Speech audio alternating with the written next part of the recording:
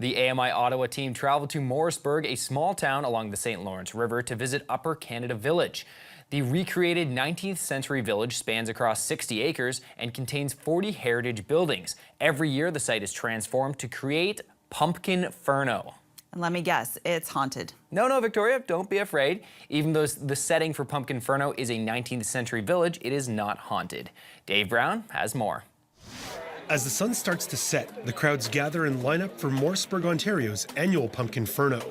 Upper Canada Village's special events officer, Jancis Somerville, created this fall family affair that's all about, well, you can probably guess it.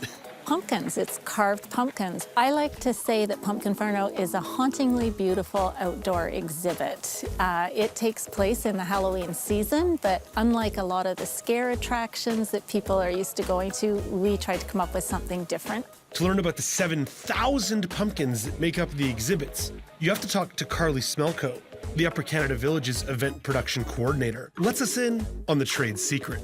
These pumpkins are artificial, they aren't real.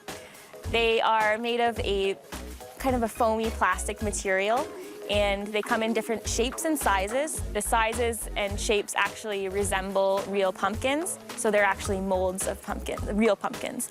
And that's how we can get the realistic effect, even though they are artificial. We begin carving in May. The pumpkins would not last if they were real. Those months of carving are worth it when the gates open in late September. When visitors come to Pumpkinferno, they come through the admissions gate, and right away they enter the village over a bridge. And the bridge we start is decorated with an overhanging arch of pumpkins. So people are kind of seeing what they expect. These pumpkins are like jack-o'-lantern faces. And as they start to turn around the bends of the streets, they're going to encounter carved exhibits that some are like 24 feet tall and made up of pumpkins all mounted together and carved to create huge exhibits. A fan favorite is the Dragon's Lantern Lair. It takes over 100 pumpkins alone, all with intricate carving of scales to create the Chinese dragon. It's over 15 feet high with a warm, fiery glow. It's just a beautiful setting, the ambient lighting that we use with the lights from the pumpkins. We've lined the walkways with string lights to guide you through the tours. It's very comfortable, wide open spaces to get around. The entire tour takes about 40 minutes to walk and stretches along 1 kilometer of gravel pathways. Not to give it all away, but you're going to see about 30 different exhibits. And they're all varied. And every year what we try to do is introduce some new exhibits. This year, visitors are invited to discover Canadian culture, spread over several exhibits in celebration of Canada 150. We're standing here right now in the Arctic section, and up above me, hanging from the tree, you can see all of these pumpkins carved with snowflakes.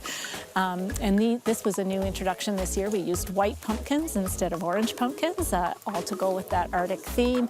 And as you enter this area, then you discover a life-size igloo carved out of pumpkins, a life-size polar bear, a huge inukshuk, and a sled with a team of dogs. It goes on and on. The homage to Canada also includes patriotic pastimes. Life-size lacrosse and hockey players in action game poses constructed from pumpkins. The magical annual event has become a must-do tradition for anyone and everyone in the area. If someone was unsure if they should come to Pumpkinferno, I would say absolutely you have to come to Pumpkinferno. It's nothing you've ever experienced before. It's very unique. Really, it's quite an experience. Okay, that dragon was amazing. I was really impressed by the hockey players as well. Yeah, it's really nice that they have something for everyone. Did you know that all of those pumpkins are carved by university and college students who have an interest or a talent for the arts?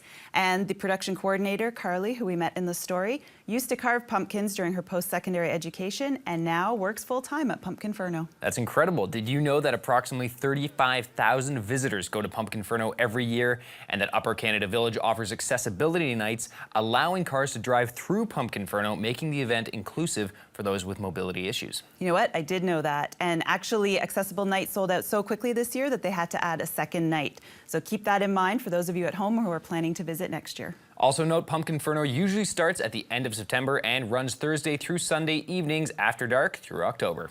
Another thing to note, Magnum, is that Upper Canada Village also hosts a light at night during the Christmas holiday season. The whole village is lit up with Christmas lights. Very cool. I may have to investigate. I am a private inspector after all.